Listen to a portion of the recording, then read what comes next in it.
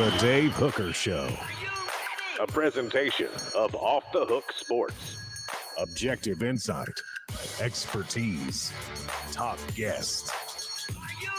Available on YouTube, Apple, Spotify, and the Off the Hook Sports app. Download now for free. Also available on offthehooksports.com. I compute and obey. Now to Dave Hooker. A Football Friday with Fred White, former Tennessee safety and broadcast superstar, joins us. A former Vol. He shares some information about an illness that he suffered last year that really hurt him in terms of not only his final season at UT, but also his draft status. We'll get into that. Quinn Ewers or Joe Milton are viewed very different by some scouts, despite the fact that they're about equally productive. Also, coming up on the program, Joe Milton talks a little trash, and this is going to take hold and will be a factor in Gainesville. I can promise you that.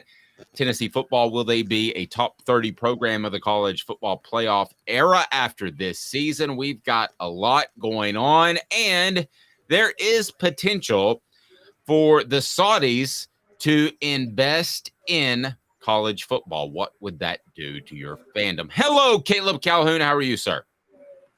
I'm good. How are you today, Dave? I'm fantastic. I don't know which day it is because the 4th, and I came back from vacation, but I'm slowly figuring it out. I think it's Friday. Is it Friday? It's Friday, and we are doing better than Britney Spears, who apparently got slapped by Victor Wembanyama's security yesterday in Vegas. I saw that. That was very bizarre. Maybe today's tough question should be, what athlete would you like to get slapped by your security personnel?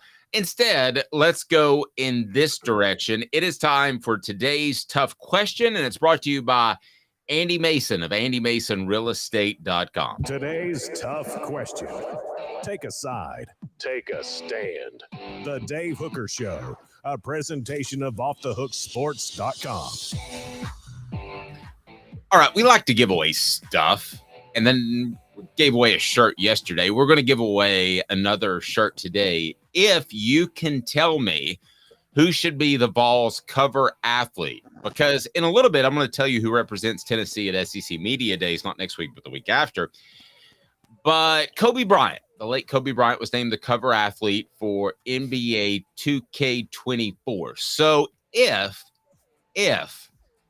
there was a UT college football game, which there's not even a college football game for some reason, they can't figure that out. But if there was one for the University of Tennessee headed into the season, who should be on the cover? Who should be on the Vols cover of, let's call it, Tennessee Football 2K? There you go, Caleb. So I'm going to save my answer till the end. Whoever nails it wins a Off the Hook Sports t-shirt. So we love to give those away. Caleb, who do you think should be on the front before we get into that admission of a serious illness that affected Trey Flowers' career? I'm going to stay in the spirit of Kobe Bryant and honor, and I think in that spirit, you honor somebody who has passed, who's a legend with the program, at which point I go with Johnny Majors. Guy played for Tennessee, came home to Tennessee after winning a national title when the program was in shambles to rebuild it. Yeah, he didn't win a national title as a head coach, but I still think you can't get more Tennessee than Johnny Majors. All right. If you can match who would be on my cover for UT24K or whatever we want to call it, then I will hook you up with a Off the Hook Sports t-shirt. Now let's get to Trey Flowers, who talked about an illness he dealt with last year. And it's kind of one of those situations that, like Chris Lofton, you kind of feel bad for questioning him after when he shares this fact. Trey Flowers said on his Instagram account, I guess it's time to update the world on what I've been going through. These past months have been some of the hardest of my life. I was diagnosed with something called myositis. Myositis, in shorter words, is weakness and inflammation in the muscles in the body. And basically, my body was fighting against itself. Sounds like an autoimmune disease. This disease attacked my body so fast, I didn't understand why I was feeling The way I played my last football season, not even knowing I was dealing with. I knew something wasn't right because I didn't feel like the player I know I am, but I continued to push through. It took months just to figure out what was going on. I had zero answers. The good news, he states, after I found out what was going on, I started my treatment ASAP. During my treatment, which I started back in February, I was unable to do any extraneous workouts, no senior bowls, no pro day. Good news is I was recently cleared to start working out again. I know God has the last say. So my head high, and I'll forever stand on 10. So you were one of the ones, Caleb, that I thought was the most optimistic and positive about Trey Flowers in particular. And you said he probably covers up for a lot of mistakes. So kudos to you for pointing that out when it was easy just to say, oh, the defensive backs are terrible. That was the easy way to say it. My heart breaks for the young man because it's such an important season, much like Chris Lofton, who played with testicular cancer in his final year. And everybody wondered what was wrong with Chris Lofton, that's just not Chris. And then we figured out when he shared the information of the cancer diagnosis that occurred during his senior season. So what's your take on this Trey Flowers situation? Since you've been high on him, it makes me wonder if you think that in a year or two, he might be a solid NFL player after he's been healthy for a while. Your thoughts, Taylor? Yeah, I think this is just bad break after bad break for Trey Flowers with his career. I got to be honest. For those of you who don't know, Trey Flowers, by all accounts, would have been a 4-star very clearly and flirted with the 5-star when he was being recruited. But he had committed to play baseball first. And because he didn't take part in a lot of the rivals camps and things like that in his junior year, by the time he was ready to fully focus on football, it held back his star ratings. And Dave, you know this covering recruiting. You don't take part in those camps. That really hurts your ratings when you're trying to get noticed by a lot of people. Absolutely. It can be the difference between 4 scholarship offers and 14, 15, 16 scholarship offers. I'll give you an example. This was shared to me in confidence, but there is a former Tennessee player whose son has been told by Notre Dame and Michigan, because he is in East Tennessee, he's been told that if Tennessee offers, then we'll immediately offer. So maybe a little bit of a stretch, but I say that to say sometimes one team can cause 8 different offers to come. And there's no question in my mind that if Trey Flowers had been in those workouts, he would have gotten that one offer that could lead to 6 or 8. No question. You're absolutely right about how recruiting works in those summer workouts. Yeah. Yeah. And so he took 1 year longer than he should have to decide to play football, which he should have the right to do. It's crazy that kids shouldn't have the right to be able to, should have to make that commitment before they're ready. But he commits to football, goes to Tennessee because Jeremy Pruitt, great evaluator of talent, scouts him as a 3-star, immediately steps in as a starting safety. Second year on an interception as the full-time starter, his second year breaks his leg on an interception against Mississippi State. Comes back, gets his body back into shape, is, I thought, very good in 2021, struggled in 2020 as he was getting back. And then last year, with Alontae Taylor gone, is having to cover for so many deficiencies in the secondary. I still thought had NFL potential. And then we realized this story where he was playing with myositis. Now I'm like, wow, if he didn't have this, he could have been way better, because if I'm seeing it, other scouts are seeing it. Other scouts are seeing that he's covering for so many other deficiencies despite how bad the defense is. I know that much. And I'd been wondering why he didn't at least didn't warrant a look at Pro Day, at the Combine, or at any of these Senior Bowl things or whatever. And now we're seeing why, because he couldn't. And it's just it's just the worst timing with him. I feel so awful for him, but I'm so glad this is out there. I'm so glad that he's able to continue his workout and playing career now. I think there's a spot for Trey Flowers on some roster. I was always a huge fan of him last year, and I still think Tennessee's going to miss him this year. Okay, so I want to ask you that. You do think that there's a spot on the roster. Can he be a starter? First, I want to tell you about AndyMasonRealEstate.com. Best service, best prices in the biz. AndyMasonRealEstate.com. Over 40 years of combined experience in his office. He's phenomenal. Getting ready to make a real estate move. AndyMasonRealEstate.com is where I will go. So, Trey Flowers, let me ask you this. Will he be a starter, or will he be roster, starter, Pro Bowl, All Pro? 4 levels. Roster. I don't see starter, Pro Bowl, or All Pro, but I do see a roster guy. I see a roster guy. If he's 100% healthy, I'm not going to rule out starter. Now, he has to fall in the right situation like everybody does, but I won't rule it out.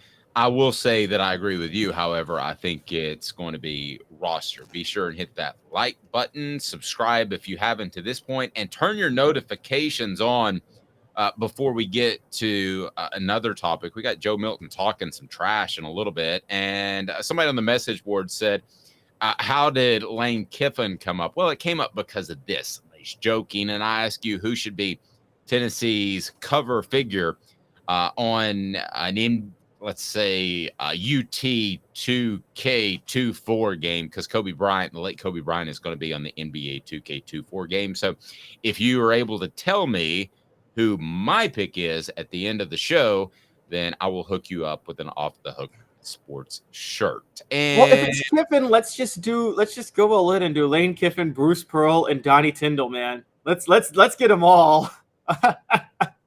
Let's just be a heck of a shirt, wouldn't it? It would. I mean, it's you, Dave. You had the greatest, you got to cover a year where Tennessee had Pat Summitt, Lane Kiffin, and Bruce Pearl. All 3 of those guys were at the same school for a year. I still look back, I'm like, that's incredible. Yeah, and I said to myself at the time, I said, this is good stuff, and it's not going to continue. Both the success and the sensational nature of the program. And sure enough, it didn't. And it got bad. Now, I didn't think it was going to get that bad of the decade of dysfunction, as Mark Nagy calls it. But no, that was a pretty special year. Pat Summitt was just all-time great to cover. She was fantastic. So let's get to some Quinn Ewers, or Joe Milton, as a 2024 draft prospect, because Joe Milton is not even in the first round of the mock draft. That does not surprise me. This, according to ESPN. Quinn Ewers, however, was a top 10 draft prospect. So I want to go through some of the stats and do a comparison on these 2 guys. But let me go ahead and just clarify right now. Scouts at both the college and NFL level think more of Ewers than Milton right now, significantly. Ewers got a perfect ranking in 247 Sports prospect ranking. Joe Milton was just a 3-star. Now, both have transferred. I don't think that's held against Joe Milton. I don't think that's even a factor anymore. You used to hold that against people in the draft process. But before we get into some of their college production and what they've actually done, which is pretty similar, let me get your thoughts on comparing Quinn Ewers and Joe Milton. Ewers, of course, of Texas. Yes, so this came up because we were looking at like you talked about, a ranking of NFL draft prospects for 2024, and 3 quarterbacks were in the top 10. Now, Quinn Ewers was one of them. The other 2 were Caleb Williams, no issue there because he's a Heisman winner, and Drake May, who you and I both agree is the best quarterback prospect in next year's draft, bar none. Mm-hmm. Now, the thing that bothers me is Quinn Ewers in the top 10 at number 10, and Joe Milton not even in the first round, when I think back to last year, and Anthony Richardson got hyped up to a top 5 pick. And what is Anthony Richardson? What is the standard for a top 5, top 10 pick here? Because if you go by last year's standard, Quinn Ewers wouldn't be a first rounder and Joe Milton would be a top 5 pick. But all of a sudden this year, Quinn Ewers is a top 10 pick and Joe Milton isn't a first rounder. I'm like, again, it seems like they change the standard randomly every year. And I think that's what kind of bothers me about this list, because I think that if you're going based off last year, you should consider Joe Milton a far better draft prospect than Quinn Ewers, because scouts are valuing the size, the mobility, and the arm strength. Which one of those things does Joe Milton not have? I mean, so I don't get this. No, it takes one team, and in Richardson's case, it was the Colts. So it takes one team to get you up there, and one team could fall in love with you and think that you're going to be this incredible player because of your tangibles, how far you can throw the ball. He's a much better runner than Ewers. I think we would all agree in that, even though I don't think we've seen the best of his running. And it takes one team to say, that's my guy. And I do believe that ultimately Milton and Ewers could be considered around the same place as long as Milton plays well. But I do believe they'll be considered for far different reasons. You bring up Richardson. I think that's a great reason. Ewers, however, I believe has better touch on the ball and better accuracy from what I have seen. Now let's take a look at the stats. If you want to look at the stats, I'm going to pull what Ewers has done at Texas. He's got a 132 overall rating. I think he played 2 snaps for Ohio State, but 58% completion percentage, yards per attempt, 7.4, 15 touchdowns, and 6 interceptions. So I'm going to pull what Joe Milton has just done at Tennessee. So I'm not going to get into the Michigan stuff, but he completed about 59% of his passes, 9.3 yards per attempt. Also, as far as touchdowns to interceptions, 12 touchdowns, hadn't thrown an interception at Tennessee yet, and has a 165 rating. So if you want to go by stats, it just makes your argument that much stronger. He's 30 plus points better in a quarterback rating than Quinn Ewers. So when I first saw this, when we had our 3:45 production meeting this morning, I thought, well, Ewers seems like a more solid prospect. But when you really look at the numbers, I don't think that's necessarily the case. I wonder if some people still think about that Ole Miss crazy play where he jumped out of bounds with no time left. That still sticks in my head, guys. I'll be honest with you. I've been called a Joe Milton hater. I'm not. I hope nothing but the best for the young man. But that's the kind of mistake that still stands out. And I think he panicked just being thrown into the situation the last drive, which I'm not saying that's a good sign, because you don't want your quarterback should always be ready. But clearly Joe Milton wasn't ready to go in the game at that moment, and I think he panicked a little bit. I think he panicked a lot a bit. I mean, I think he clearly panicked, and that could be 1 in a million. But I don't know that it is. In a pressure situation, Tennessee is going to need him to make plays, and if he's not able to do that in clutch situations, it could be the difference in 2 wins or losses. I mean, you could be, instead of a 10-2 team, you could be an 8-4 if he makes mistakes late. Program brought to you in part by City Heating and Air Conditioning, cityheatandair.com. They have over 50 years of experience. So I'll go ahead and tell you this: City Heating and Air Conditioning, integrity matters. You might not need a whole new unit when these temperatures continue to climb up in July and August. Might just need a part or some Freon. At the end of the day, who do you think will be a better NFL prospect and quarterback? So we're having this conversation in a year, who was drafted higher. We're having this conversation in 10 years, who was a better quarterback in the NFL. Okay, now, if you ask me, I mean, I hate to go here, but if you ask me based on my standard and not what I think NFL standards should be, because I think they're inconsistent, it has to be Quinn Ewers. I don't think Joe Milton's accuracy is something that he can never develop to be able to play at the necessary level at the NFL. I think it's one that's going to make him a very good college player. I think there will be a roster spot for him in the NFL. I don't ever see Joe Milton as an NFL starter, though. And I don't see Anthony Richardson as one either. I mean, I have never believed in arm strength as something that I think it's so overvalued with NFL draft picks at quarterback. Well, I totally agree with that. If you get to this level, you have enough arm strength, and being able to throw the ball 65 yards, or let's say 75 yards instead of 65 yards or 90 yards instead of 65 yards really doesn't make a big difference. Can you make all the throws? Can you make the deep out from the far hash? Can you do that? I care more about the low profile ball. And when I look at Milton, I'm going to disagree just a little bit here, Caleb, because I thought Hendon Hooker had big time accuracy issues, and that got fixed last year.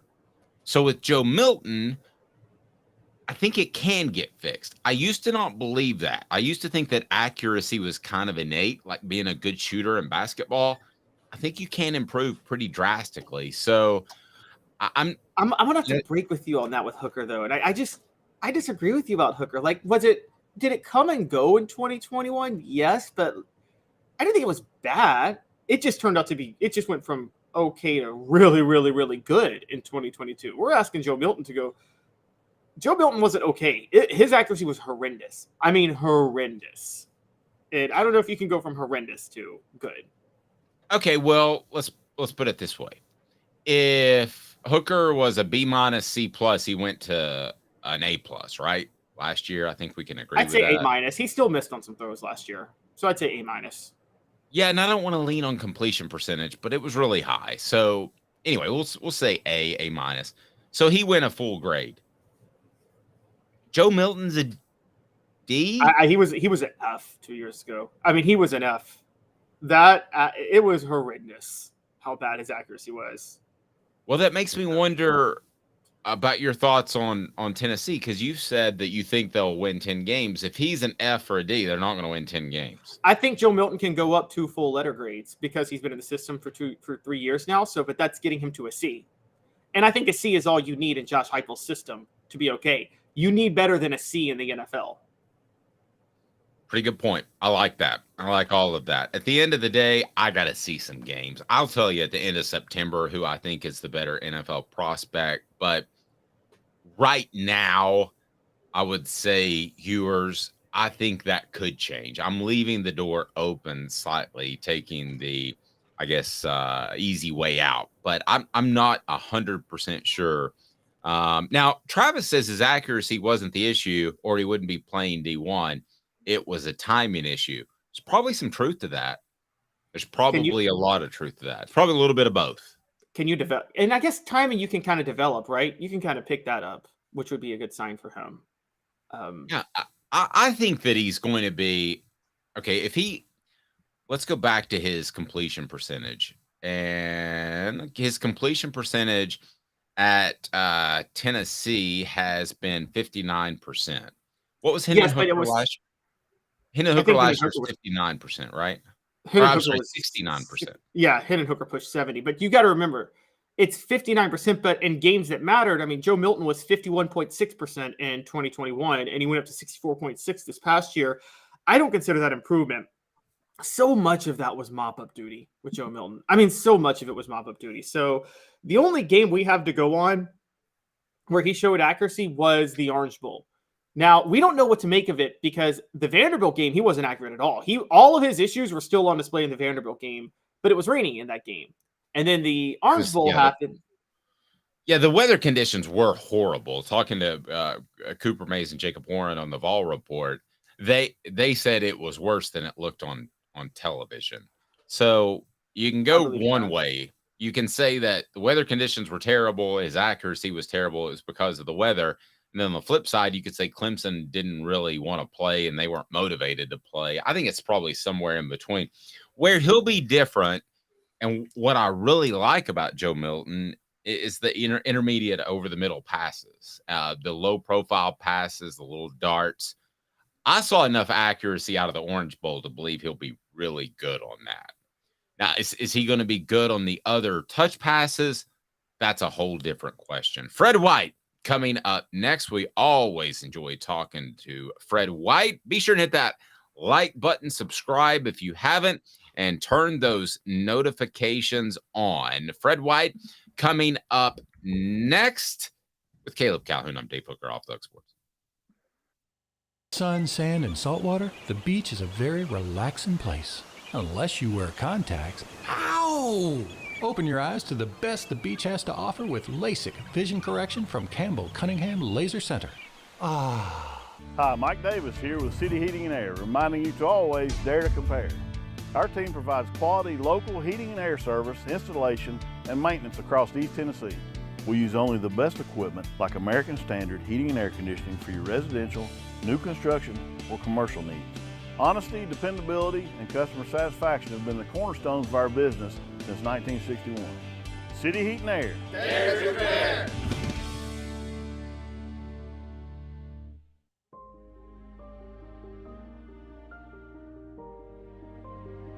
Our family has been creating one-of-a-kind pieces of jewelry in West Knoxville since 1986. Each piece is a combination of unique processes that bring your idea to life.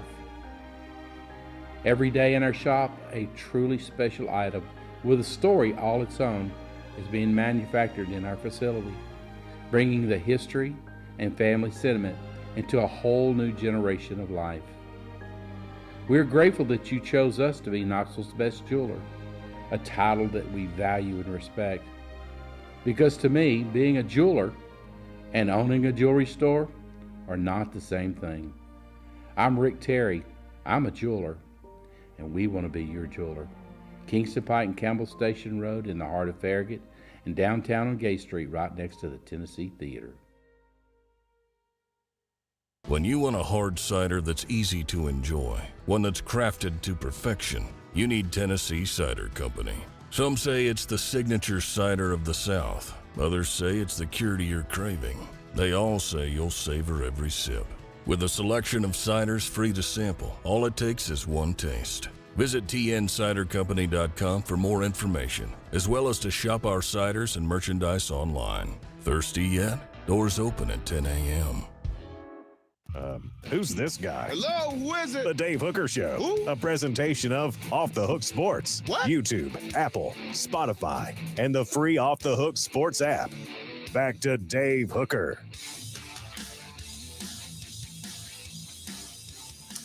Candidates for the UT2K24 game, because the late Kobe Bryant is going to be on front of the NBA 2K24 game. Travis says it's Joe Milton. Travis says it's General Nealon. Now, this is just for 1 year, guys. And if you're able to pick who I select, and I'll share that at the end of the show, I'm going to hook you up with an Off the Hook Sports t-shirt. I said hook you up. That's sounded really corny. I know, it's terrible. All right. So, by the way, my daughter shared something with me. She goes, I stole one of your lines, because everybody always asks when I say my name. They say, Booker? No, Hooker, just like the working women. That's what I say. And she stole that. And it sounds so much funnier coming from a teenage girl, if you think about it. Oh my gosh. Oh my gosh. As a 40-something-year-old dude. So we got to share dinner last night and talk about that. I thought that was pretty funny. Again, tell me who should be on the cover of this year's Tennessee football game, if there was one. And thank you, Jeremy, for saying best Tennessee podcast, Go Big Orange. We're so excited for the football season. We'll have daily guests lined up, some big names. We already have Josh Ward on Thursdays, Fred White on Fridays. So please turn your notifications on now. Be a part of what I think is going to be a special season for Tennessee football, and hopefully a special season for us as well. We'll be at SEC Media Days, not next week, but the week after. I have been told by 3 people I completely trust, and I wrote a column about it, about who Tennessee will take to SEC Media Days. And it's going to be Omari Thomas, Joe Milton, and Jacob Warren. So those are going to be the 3, and they're going to be at SEC Media Days. And the reason I bring that up is because I want to ask Caleb Calhoun. I'm going to give you 5 picks. Who should be on the cover of UT2K24, which is hard to say. Who pick 5 figures that, and see, I'll tell you if you get one of them that I think should be on the cover, I'm not going to give you a T-shirt, but you can have one anyway. Pick 5 guys, and I'll tell you if you pick my guy, because I think mine's going to be surprising. One of the hostesses that Lane Kiffin hired. No, I'm kidding. That's right. All of the hostesses. Give all Brittany of a call. them. Let's give Brittany a call. See what Brittany's up to. Okay, so here's the real question, David. You have to make this clear. Is this a game coming out one time, or is it going to be coming out every year? Is this going to be a yearly game? It's be every year. It's be every year. Yeah. Okay. So think this year. I think based off Travis and Tom's picks, I don't think I did a great job of explaining it. But is this the inaugural game? Is this the inaugural game, or are we to assume that this game has been coming out every year? This has been coming out. Okay. All right. So we can't make this not the inaugural game. If it's the inaugural game, like Travis said, it's General Neyland. No question. But yes. I'm pretending that last year it was Hendon Hooker, and the year before that it was gosh knows who, Jeremy Pruitt. Okay, well, if you're doing it for this year, then I think it's very clearly. I'm thinking of the players that we know are going to be like players on the team. So I'm going Jacob Warren, Cooper Mays, Amari Thomas. Funny enough, like we know those 3 are starting. I would add in, okay, let's see. Jalen McCullough. That's 4. I'm at 4. And okay. Tyler Barron. So your 5 are Barron, McCullough, Milton, Mays, Warren? No, Barron, McCullough, Mays, Warren, and Thomas. No Milton, because he might lose his starting job. Okay. You didn't pick my guy. How about that? How difficult does this get? It's pretty challenging. You didn't pick my guy at all. So whoever does on the message board, I will hook you up with an Off the Hook Sports t-shirt, and I will send it your way. You get to pick the color and size. So it's pretty cool. But no, you haven't picked my guy yet, and I think my guy will be a little bit of a surprise. And I think that I think it's very apt based off last year. How about that? Very, very apt. Does that give you any sort of hint?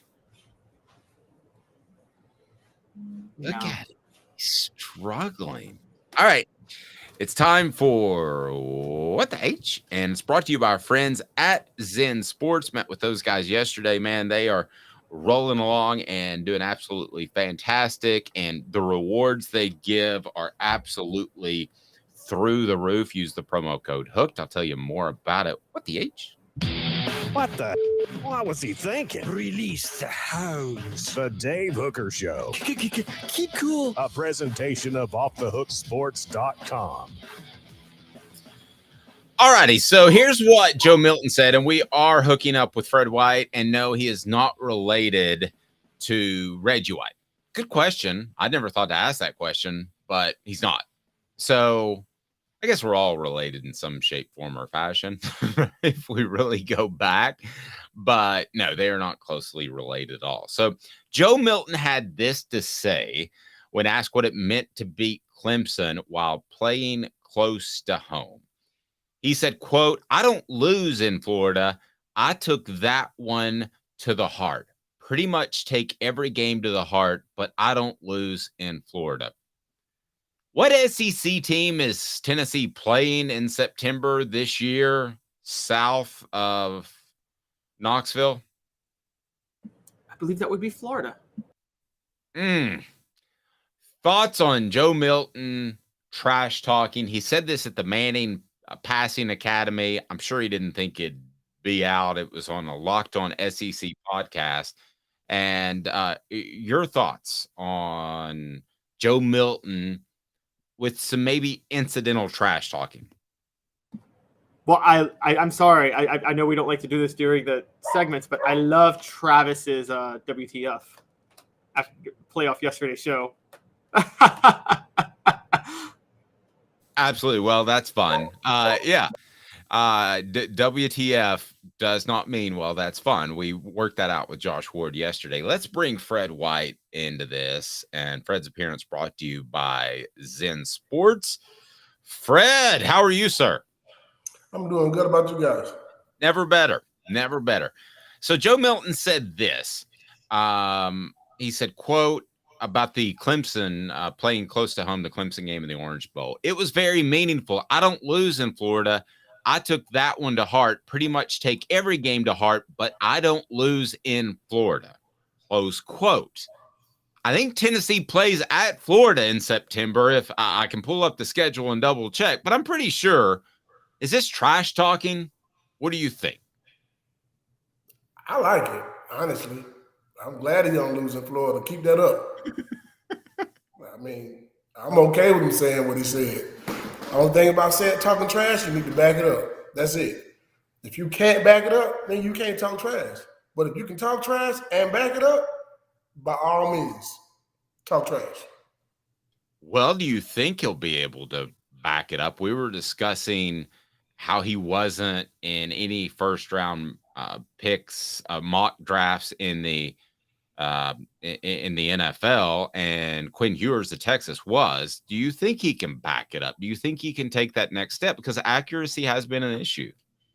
Well, that's the one thing I think he can. Do I think he can back it up? I think he can. I'm looking forward to seeing what he does. But it's, right now it's more potential than anything. Potential means you haven't done anything yet. I mean, you won a bowl game, yes. I think he did a good job in doing so. I think he's gotten better as a quarterback over time. And I think he has what it takes to really make that happen. However, Quinn Ewers, on the other hand, he started for a whole season.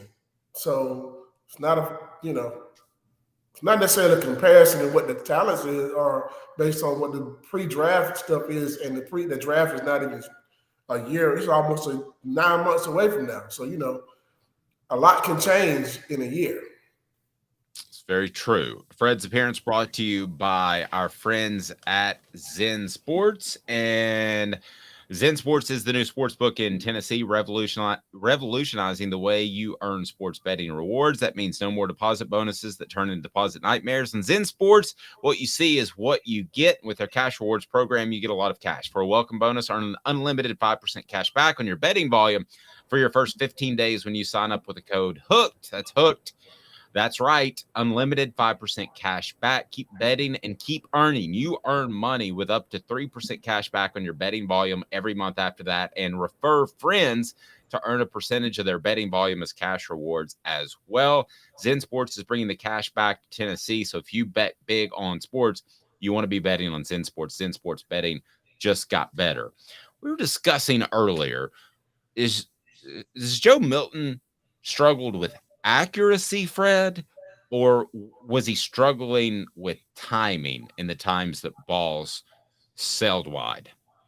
I think you can say both at times. Accuracy on the deep balls, because some of those were overthrown, and that sometimes is timing. Working with those receivers on a regular basis and getting the same reps with those guys. But I think watching what he did in the bowl game, if he can build off just that one game.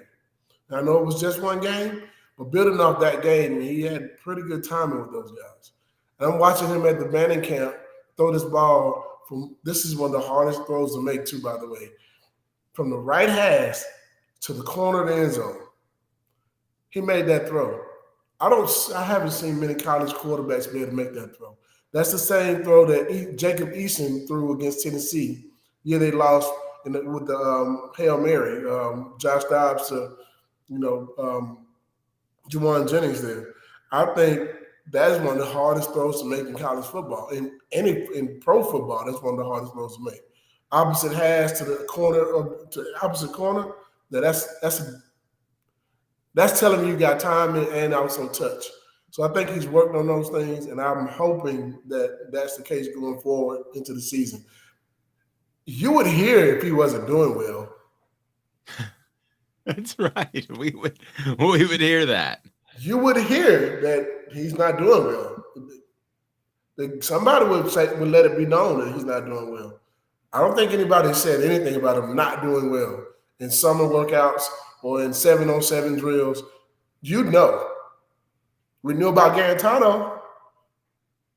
Man, True. He looks, but you know, I don't know what it's going to look like when he turn the lights on. Joe Milton has been one of those guys that went away when the lights came on. And I'm not trying to down Garantano, but we heard good and bad about him from players, coaches alike.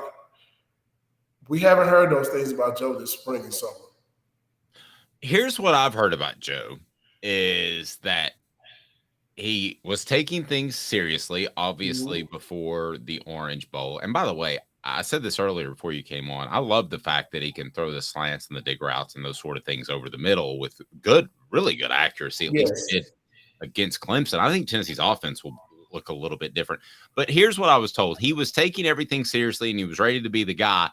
And Nico shows up, and it's kind of a reaffirmation that he's going to have to bust it in the offseason to hold off Nico. And that just kind of took him up another level. What have you heard about Joe in the offseason? I mean, I've heard very similar that he was doing well. Then all of a sudden, in comes this freshman. I can't let this freshman take my job. I think that pride kicks in a little bit, and that competition does. So this is what you think about when you talk about quarterbacks or any player. Hey, man, compete for the job. Be better than the other person.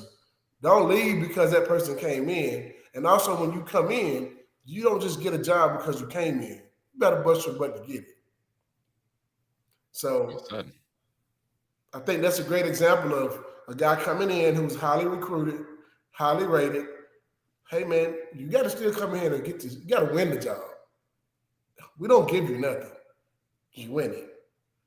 And if you're the guy who's in position already, hey, your job can be taken. Don't put your hat on the mound. It'll be gone. There you go. Fred, interestingly enough, with the Joe Milton comment, I wanted to ask you the most about it because I recall Fred White having a teammate at quarterback who came from Alabama and once mentioned that he never lost to a school from Alabama while he played at Tennessee. We owned Alabama. Still do. And Auburn, by the way. Y'all beat when T. Martin started, y'all beat Alabama twice. Alabama teams. None of them. UAB, Auburn. Yep. That's true. Y'all even got UAB in there. T. Martin was able to beat UAB. He beat every school from Alabama, basically. Every school from Alabama. Was there did you ever notice anything different about T. Martin whenever he was playing at Alabama school? Did he seem like he just was there extra level? Absolutely. See, there's this thing in the locker room where if you're from that state, you do not want to lose to that state. You want to see somebody have their best week of practice or their best games, where do we play their state? That's the game you would do anything in the world not to lose. Anything in the world not to lose. You're going to play extra hard. You're going to tackle a little bit harder. You're going to run a little faster. You're going to do everything you can. Scratch, clock. You do not want to lose to your home state. And if you're Jamal Lewis, you might have your breakout game. Yeah, but Fred, you guys got Alabama when they were down. Hey, man. You almost got tackled through the screen, man. Are you serious? You know how many first round draft picks they had on that? I know. They had an NFL MVP. They had some talent. They had a lot of talent. Yeah, they won a national championship in '92. So I mean, it's not like they were bad at all. They just had coaches that like to have affairs. Other than that, they were all good. Well, when Fred White played him, they just had a coach who just wasn't. No offense to Mike DeVos, Fred, but come on, he wasn't the brightest coach in the box. Yeah, I mean, neither was Jim Donnan or Ray Goff. So, I mean, drunken Ray Goff. I mean, but y'all shut down in '99 a future NFL MVP, and y'all just shut him down. That was the story of that '99 game at Alabama. Y'all didn't let Sean Alexander do anything on you guys. Yeah. Okay. Backstory, and I haven't heard it, but Fred's referenced it, and Caleb brought it up. So, what are your thoughts on Sean Alexander? I don't have any problem with Sean Alexander. I think Sean Alexander got a problem with me. Why is that? Well, part of my job on the team was I made it my job. I didn't anybody give me the job. I took the job on myself. I would go find out who were the top players on the team and figure out who their girlfriends or, if they had any kids or what their mama name was or whatever your name, your sister name, anything. I get all the information I could. And I found out what his girlfriend name was. Her name was Jennifer. Oh, no. And every time we played them, I made sure you knew that Jennifer was staying with me. Oh, poor Jennifer. I don't know if that worked out with the two or not, but maybe Fred was part of the reason it may not have. So did you see him after you guys played on the field? Did he bring up Jennifer? Are they still together, or do you know? Hey man, he don't even shake my hand when I see him today. You know the great part about it? That's before the WWW, when you could have easily found out his girlfriend's name. You actually had to put some work into it. I had a couple of high school classmates that went to Alabama. I called and asked the questions. Hey man, I need some information on a couple of players. Man, he got a girlfriend? What's his name? What's her name? Oh, really? Okay. Where's she from? Cool. Got it. Just a little bit of information goes a long way. That is. It's my equivalent of Dennis Rodman sending strippers to the players' hotel rooms when they were getting ready to play them the night before. You find out all the information you need from them, and then you just use it in the game. That's how you get under somebody. Wait, Dennis Rodman actually did that? Yeah, you didn't know I didn't know that. Yeah. I didn't know that. So did Eric Dickinson. Wow. Fred knows who this is, but I'm not going to say it because I was told this in confidence. But there is one legendary coach that used to reward his secondary with a pro, a lady of the night. Think my last name. Think Tennessee quarterback's last name last year, and he would serve up a pro on Wednesdays to the defensive back that graded out the highest in the game before. Would that be motivation to you, Fred? Motivation to get paid more so than that day. Yeah, you did all right with the ladies. But did y'all ever watch Dodgeball? Remember Patches O'Houlihan with Vince Vaughn? He's like, I got some hookers in the back. What do you say? My treat. That was this coach, and Fred knows who it is. Don't say who it is, Fred. But on a scale of 1 to 10, how shocking was it that it was this particular coach? It's very shocking. Shocking. He was viewed as kind of this solemn, elderly gentleman, but yeah.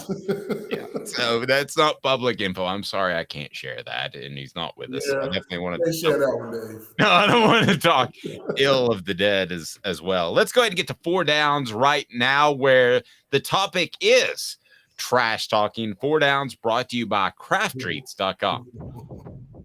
4 downs. 4 questions. 4 answers.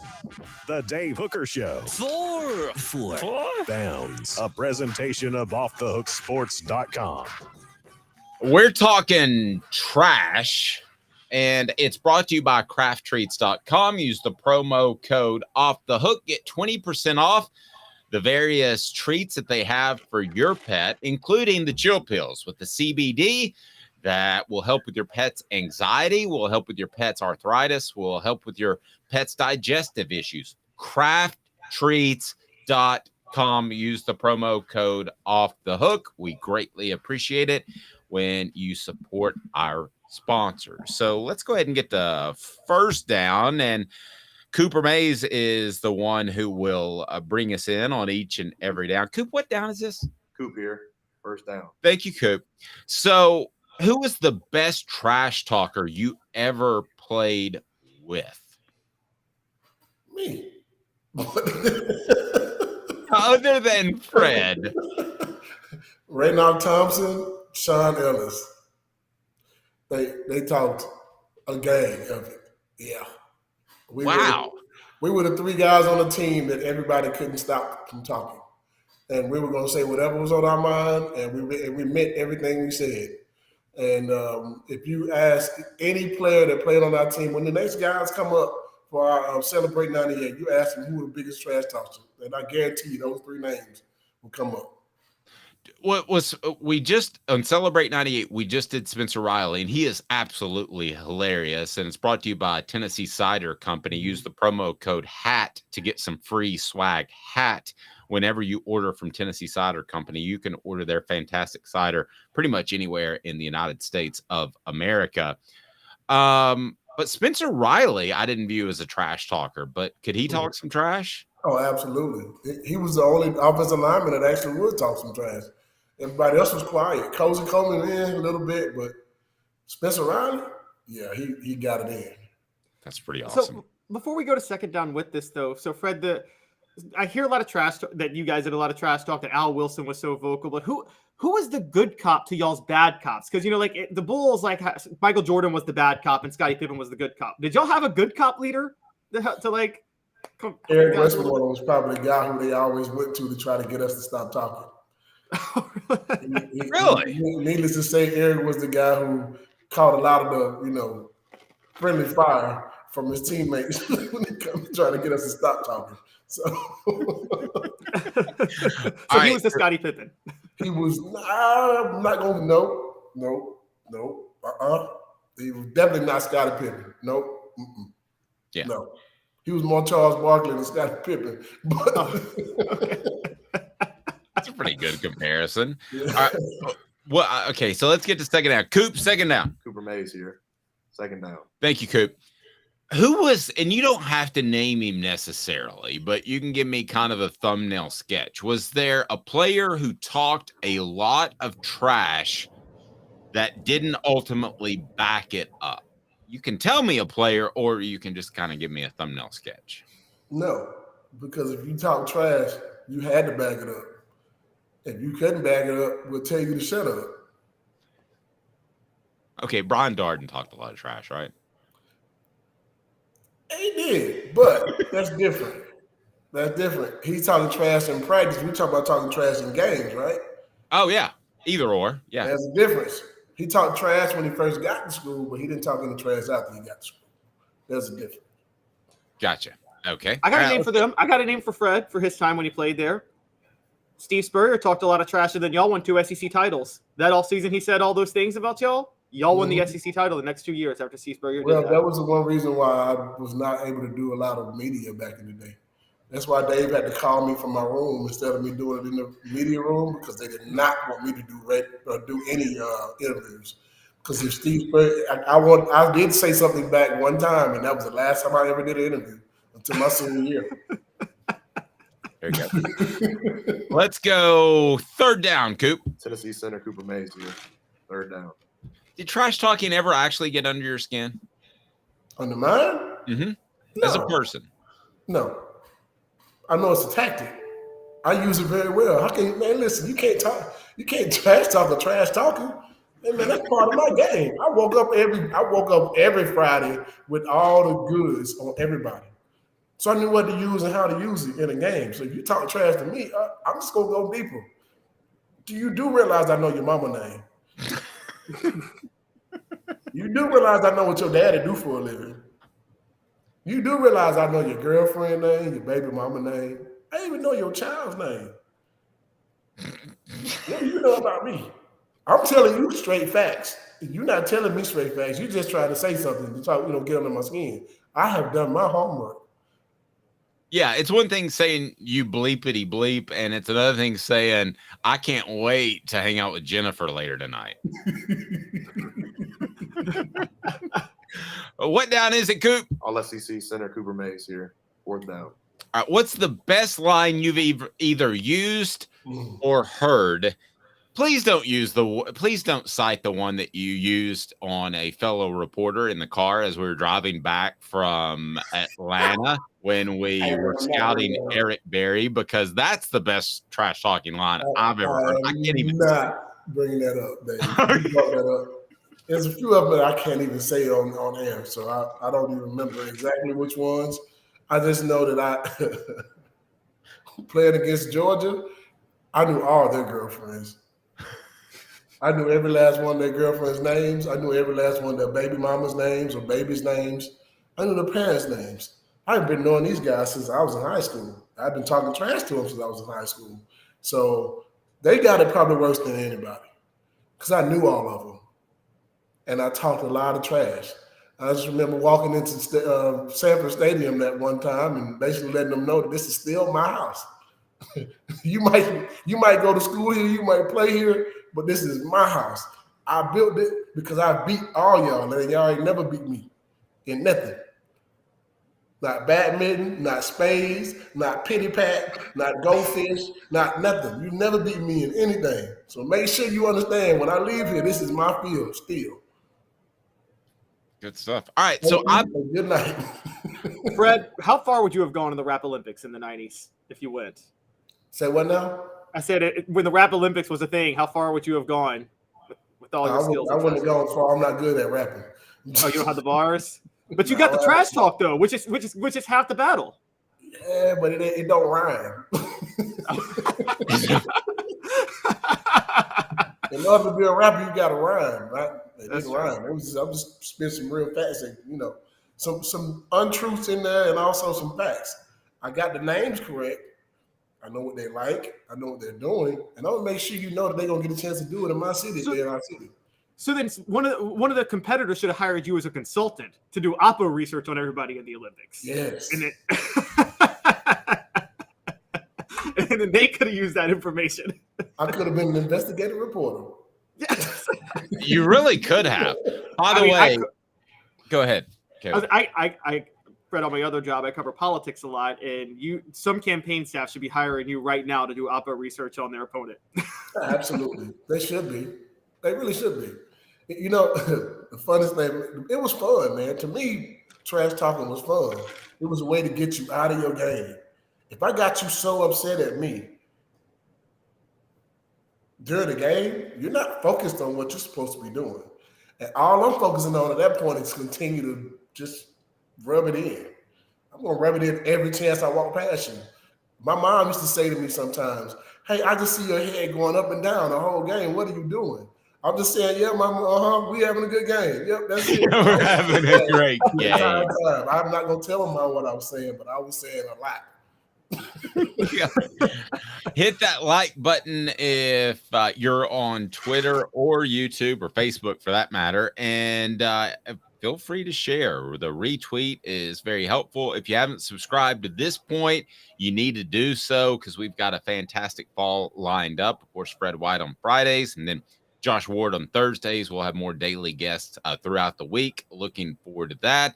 And Fred, if people want to be in good hands, who do they need to call?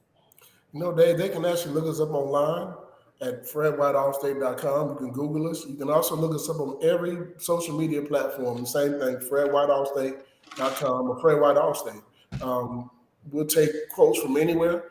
We also have a link on our website where you can actually get a quote for yourself without actually having to talk to us.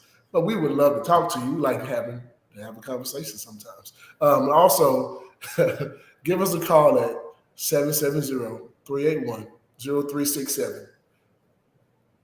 We'd love to be able to help you out. We'd love to be able to put you in good hands. Our goal is to make sure that you at least walk away with the knowledge of what you have or what you need for your car or your home or also your life insurance. And we also do business insurance as well. So bring me those commercial autos. There you go. So I referred to Fred one time as an overachiever, and he told me about his 100-meter dash time, and I shared it yesterday on the program. Travis asked, I put it up on the screen, did you really run a 10-2, and why were you not a wide receiver? You did run a 10-2. Yes, I did. That's fast. And I the reason why I came to Tennessee was because I could run track and play football. There was not a school on my list that I couldn't do both. If I couldn't do both, you were off my list immediately. So I wanted to come in. My goal was to be in the 1996 Olympics, and I thought I was fast enough to be able to get close, because I'm from Georgia. I wanted to be in the 96 Olympics in Atlanta. Got to school and started lifting weights a little bit heavier than what I was used to and gained about 15 pounds immediately. Still was fast, but my fastest time was a 10-2. I ran a 10.18. It was wind aided. So, yeah. And play receiver, I saw how hard I hit. I saw how hard other guys hit. I much rather be landing lick than to take one. It's a very good point.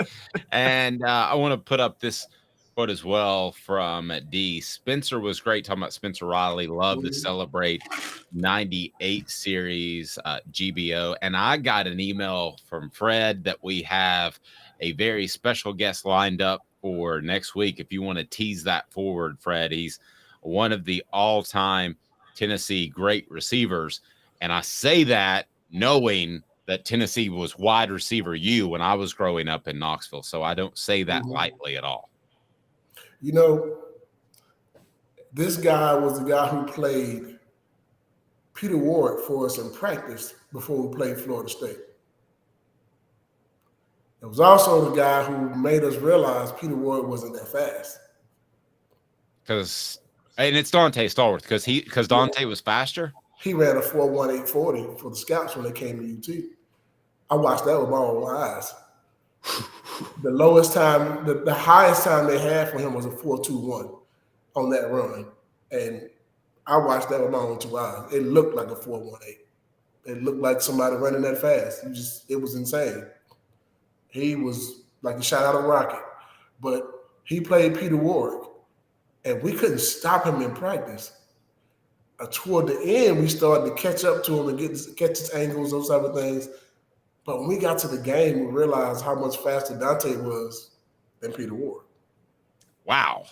So it made the game that much easier for us playing against him. Fred, it's funny you mentioned that, and then we'll let you go. I know you got a busy day, but there is some of the pro days were open, some weren't to the media. And really, with the naked eye, it's tough to tell the difference between a 4.5 and a 4.4. But the one guy that I said, like you said with Stallworth, that I said, holy Hannah, he just made himself a lot of money. Before I even heard the number, do you want to guess who it is? Who's that? It was Jamal Lewis.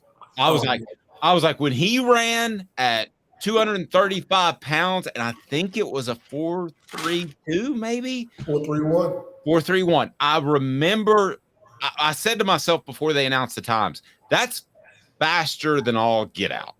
And sure enough, it was. You know what? And we told Jamal after he ran it, hey man, go put on your stuff and leave. He did leave. He did. Did you tell him to do that? We all did. Put your stuff on and leave. Go home. He did immediately leave the field. His family was there on an upper deck in the workout facility. They cheered, and he did, man. He just walked right out. Yeah. Like you ran a 4.31 and you're a 235-pound running back. Hey, man, leave. Bye. They'll call you. 8 men have run for 2,000 yards in a season in the NFL. And he's one of them. Still crazy to think that Peyton Manning and Jamal Lewis were in the same backfield for a college team.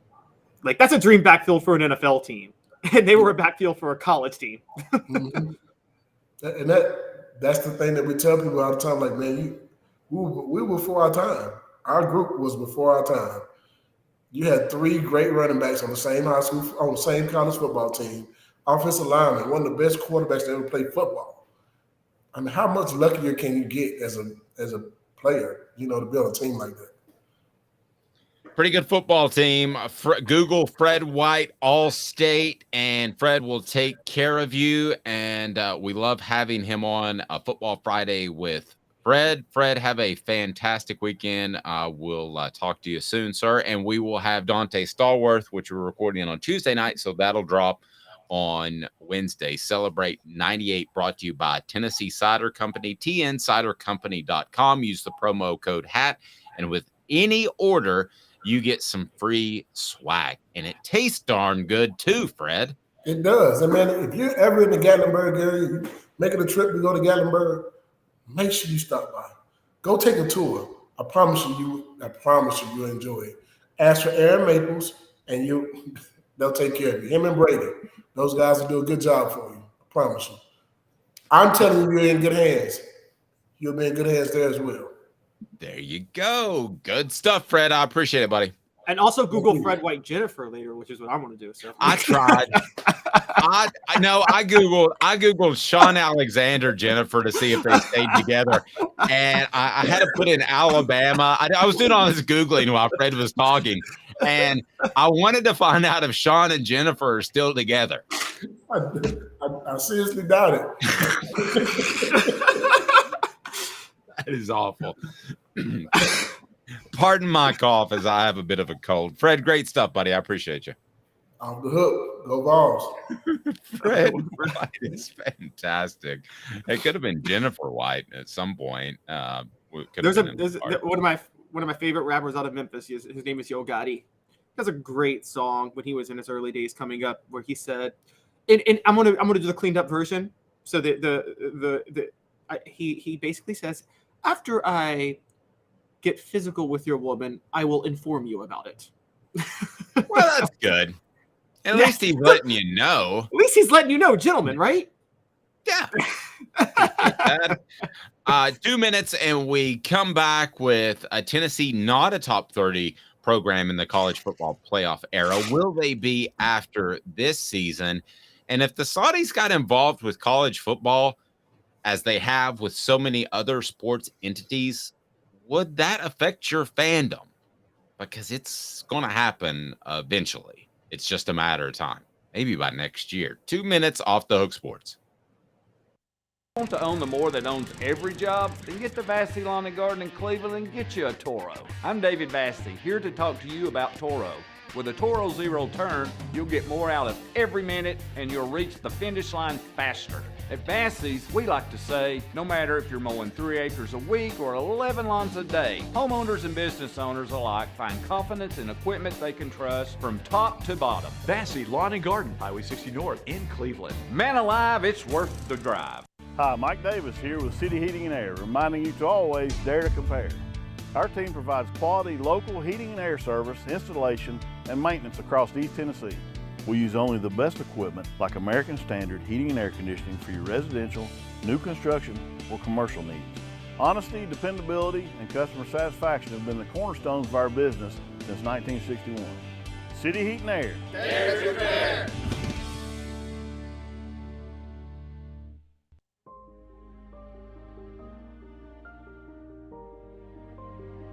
Our family has been creating one-of-a-kind pieces of jewelry in West Knoxville since 1986.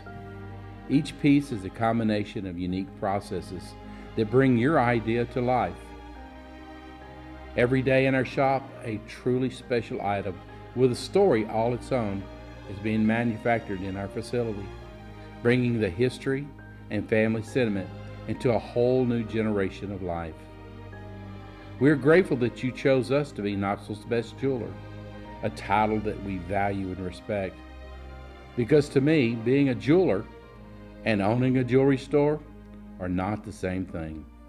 I'm Rick Terry. I'm a jeweler, and we want to be your jeweler. Kingston Pike and Campbell Station Road in the heart of Farragut, and downtown on Gay Street right next to the Tennessee Theater. With all that sun, sand, and salt water, the beach is a very relaxing place. Unless you wear contacts. Ow! Open your eyes to the best the beach has to offer with LASIK vision correction from Campbell Cunningham Laser Center. Ah. You're listening to The Dave Hooker Show, a presentation of OffTheHookSports.com. The internet is full of pictures of each and every one of you. Available on YouTube, Apple, Spotify, and the Off the Hook Sports app. Download now for free. Is there nothing you people can't do? Also available on OffTheHookSports.com. Elias says Fred could lead the most unsettling pregame PA hype package in history. That would be pretty good. Imagine if he was doing the starting lineups. And now, Sean Alexander dating Jennifer for now. Running back Alabama. That would have been fantastic. Can you imagine that? Maybe we can get Jeff Jarnigan to do that. He's a PA guy. Probably wouldn't be the best idea for his future as a PA guy, but it would be absolutely hilarious. I didn't know about the Olympics that Fred wanted to run in. This segment the Saudis are going to get involved in college football. It's a matter of time. And we saw the Live tour come together with the PGA Tour very quickly when it seemed like they absolutely hated one another. So we're going to get to that. But first, will Tennessee be a top 25 program after this season? Top 25 in the college football playoff era. So recently, according to the Sporting News, and Bill Bender, a friend of the program who we'll have on from time to time this fall, had a scoring method to rank the best programs of the college football playoff era. As you might expect, Alabama was number 1, Clemson number 2, Ohio State number 3, Georgia number 4, Oklahoma number 5. Then I'll run down the rest. LSU, Michigan, Notre Dame, Oregon, Wisconsin in the top 10. Tennessee not in the top 30. When you go down the list, they are tied for 33rd with a bunch of other schools, including Mississippi State, Houston, Stanford, Western Michigan, Virginia, Iowa State, North Carolina, Tulane, Kansas State. Explain to me how this formula is created. And then I want to ask you the question, will Tennessee be a top 25 program in the college football era after this year?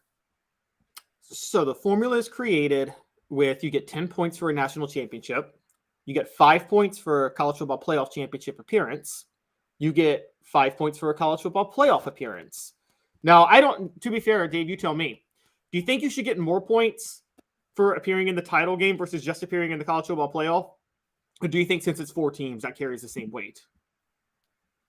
I would give more points to those who advance further. So if I'm doing this, you get 5 points to make it if you make the college football playoff, you get, let's say, 7 points if you win your semifinal game, and you get 10 points if you win it all.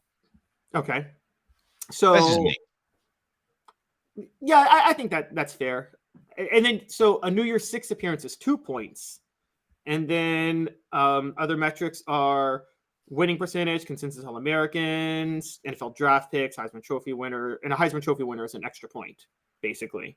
So using these formulas, Tennessee's total score was 2 with a bunch of other teams because they've just made a New Year's 6 bowl, which puts them in league with, unfortunately for them, an in-state school in Memphis, which actually was ranked ahead of Tennessee until this year, probably because of that. That's all they've got to their resume right now. Now, of course, the college football playoff came into existence when Tennessee was at its lowest point in history. I mean, they had been on the heels of 4 straight losing seasons, the only time since 1907 to 1910 that happened. And also they were entering an era with a very incompetent, who you refer to as a sociopath, head coach. Maybe. So let me ask you this. Will Tennessee be top 25 using this formula after this year college football playoff era team? No. No. Okay, why? Because they will only get 2 more points after this year. And those 2 more points will be, they're going to make another New Year's 6 bowl, so they'll get to 4 points. But that would put them at number 29 right now. They still need, they got to get to a college football playoff or win a national title. And the scoring method is going to have to change in a year anyway when the CFP goes to 12 teams. So unless they make the playoff, which even if they make the playoff, by the way, that still would put them at number 27, tied with Baylor. To get into the top 25, they actually have to win the national title this year. That's the only way they can crack the top 25. So no, they're not going to be a top 25 team after this year. That would be quite a year. 25 years later, you shouldn't have to wait 47 years for a national championship. 25 would be pretty neat. I think Tennessee is at the very worst one of the New Year's 6 bowls, and I think they've got maybe a better opportunity than you think. I'm curious of making the college football playoff, and I say that because, man, I think Alabama views Tennessee, or at least should, as a tough matchup overall. especially now that I think they're going to dial things down a little bit, play ball control. I could be dead wrong, Alabama fans, but to me, it feels a little bit like desperation in this day and age of up tempo. You're going to try to zig while other people are zagging. So it wouldn't surprise me actually if Tennessee made the college football playoff. I've got them predicted going 10-2, but at 11-1, they definitely make it. At 10-2, they could make it. So I'm not ruling them out of a college football playoff right now. The only game that I can't see Tennessee winning this year is Georgia. I could see them beating Alabama in Tuscaloosa, which sounds insane. I mean, I could see them beating both teams. I could easily see them beating Georgia too at Neyland, the second to last week of the year. We've talked a lot about Joe Milton in this show, and Josh Pate had a great talking point, Dave, the other day. You know, when he talked about dark horse Heisman contenders, you know this, Dave. The Heisman's all about moments more than anything. Like Hendon Hooker's moment was the Alabama game. What if Joe Milton's moment is the Georgia game? That's the second to last week of the season. I mean, maybe one of the reasons Tennessee's never had a Heisman winner is because their last game has always been Vanderbilt. So you're not going to get a Heisman moment in November if you're Tennessee, because who do you get your Heisman moment against? I mean, normally you play a bad schedule in November. I thought Peyton Manning had a Heisman moment against Auburn in the 97 SEC championship game between me and you, Dave. I think a lot of people turned in their ballots before that SEC title game in 97. And I think that's why Woodson won. Because there's some people that turn their votes in 3 weeks before, which I think is just absolutely insane. Yes, and also during that time, a lot of voters didn't believe you should take conference championship games into account because everybody didn't play it. Like many people may have felt it's unfair that Peyton Manning got this extra week, whereas Charles Woodson didn't have that because the Big Ten didn't have a title game that year. But so yeah, you need a November moment. Tennessee doesn't have. They have a chance now for a November moment. When you cover Tennessee, November was just a throwaway month.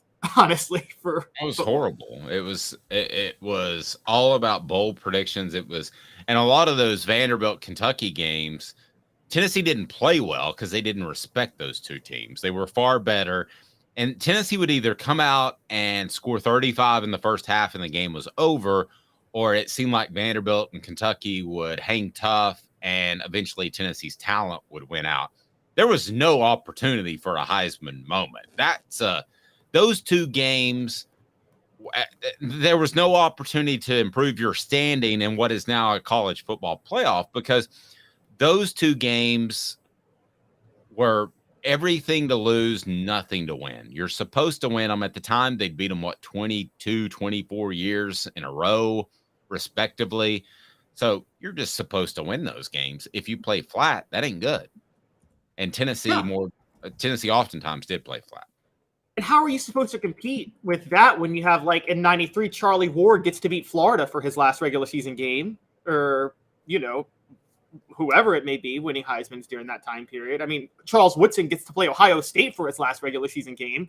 I mean, and you're stuck here playing, just hoping to get by Vanderbilt and wanting to fall out of bed and sleep through it. I mean, that's kind of the issue. So Georgia this year, the fact that Tennessee plays Georgia second to last game, Joe Milton is uniquely positioned to have a Heisman moment because Tennessee finally has a meaningful November game.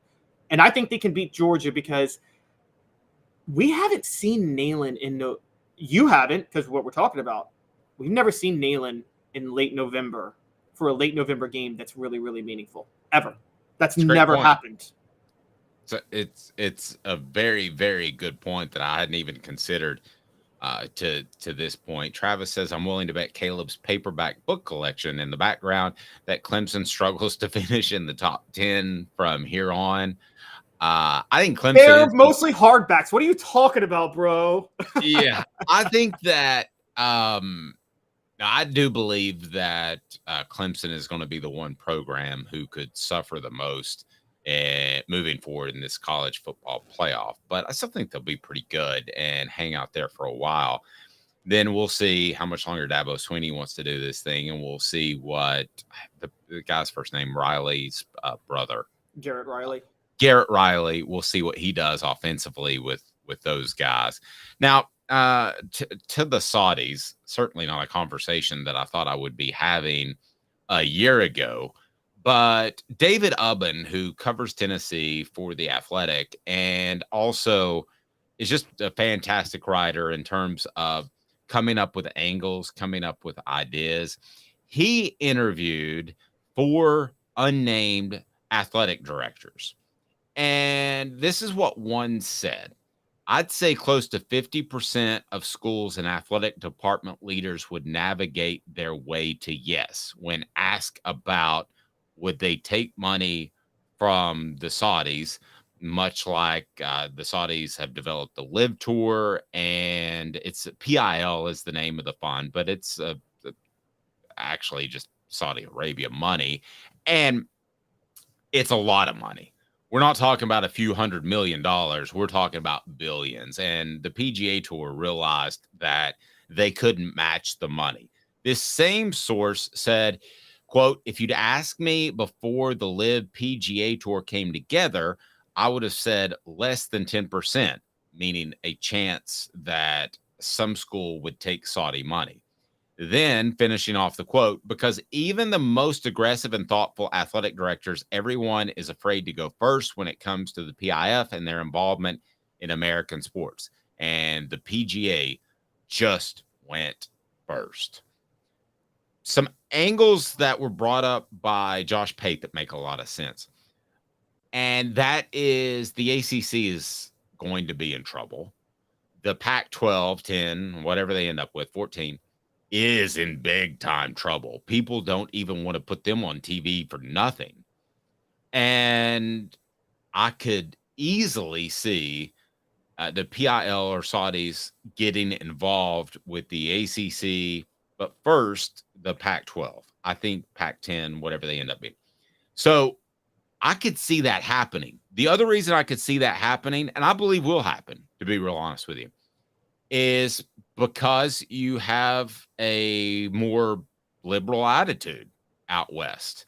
And I think a lot of people will say to themselves, oh, let's move on from 9/11. I mean, I've not forgiven anybody for what happened. And I realize that these people may be different people and all of that, but it still would be a factor in my mind. The Pac-12 is dying on the vine. To think that they wouldn't take money, to me, sounds a little bit crazy. So the way this could work, as Josh Pate had pointed out, you could essentially set up, now with streaming, you could set up a Pac-12 network and you're airing their games since nobody else wants to do it. Who cares if you lose money or not? You're essentially going to promote and what's called sports washing. You're going to sports wash your reputation. If you lose $100 million a year, Caleb, that's like you and me losing $5 a year. That's nothing. So I think it will happen, and I think it'll happen by next football season.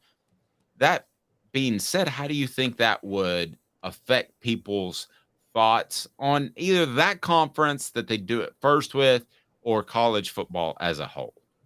You know, here's where I think it's trickier. I actually break with you on this. I don't think the Pac-12 would not care about this, and here's why. They don't care that these Pac-12 teams don't care that much about football to begin with. So I think it's easy for them to take the principled stance. If Saudi Arabia buys my team, I'm not going to watch them. Whereas people in this, I think it'd be more likely if Saudi Arabia bought an SEC team, the SEC fan bases wouldn't go. I mean, look, you talk about liberal versus conservative. Golf is a very conservative sport. I mean, let's call it what it is. It's a very conservative sport. The Saudis bought off all professional golf right now. Golf fans are still going to show up. This is the peak like patriotism crew, and they've just totally let. I mean, there was a golfer just a few weeks ago that went on TV and said we need to forgive for 9/11. I mean, the nerve of someone to say that. Like, I mean, you know, so it's time to move on. And then he said that, well, let me rephrase it. And it just got worse. Yeah. And it's one of those where it's always been funny because Saudi Arabia, where they've always had this weird left, if you want to do left-right dichotomy, whereas I think, two people on the left may be too willing to get past 9/11, but also people on the right are a little more tied to oil, and Saudi Arabia is just the oil supplier of the world. So I don't know how this ends up. I mean, look, sports leagues for a long time every sports league has been letting Honduras, China, whatever oppressive regime or government you name, produce their jerseys, market them to their fans and audience, and nobody's really cared. I mean, how long has Michael Jordan been using Chinese slave labor to make his shoes? And he's the most beloved athlete of the 21st century. And it was a big deal, 20 years ago? But it's just, we've grown accustomed to it now, and it's not a big deal. It was Bryson DeChambeau who said that, quote, look toward the pathway to peace and forgiveness when talking about 9/11. Just Bryson DeChambeau, just shut the hell up. Don't do any more interviews. I mean, the pathway towards peace and forgiveness is for this Saudi regime to be overthrown and somebody and a more democratic regime take over there. That's peace and forgiveness. I could not say it better myself. There's no way I could phrase that better than what you just said. Rocky Top Tom says, if Saudi money gets in college sports, I'm burning everything college related that I have. Once again, the theme continues: money equals problems, and nobody does a thing about it. They just want more, especially in the golf world. But we've seen that in the college football world as well.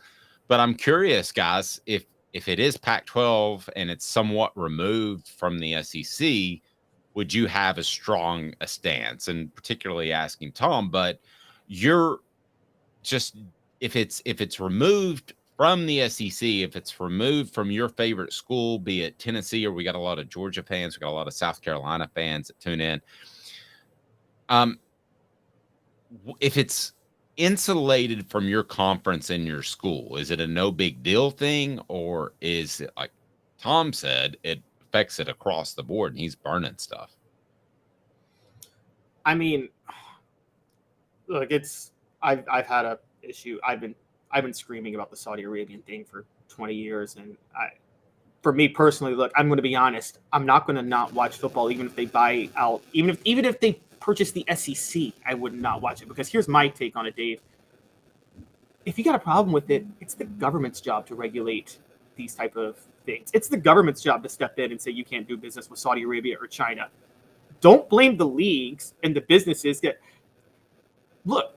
Businesses and corporations and moneymakers are in the business of making money. That's what they do. They're amoral. There's no such thing as morality in markets and capitalism. Now, we believe in a capitalistic society because we think that's the best way to uplift communities. But then we believe that the government is the one to step in and kind of be the referees to say, okay, we got to set some moral boundaries in place. I would think a moral boundary would be don't do business with the country that facilitated the worst terrorist attack on our grounds in history.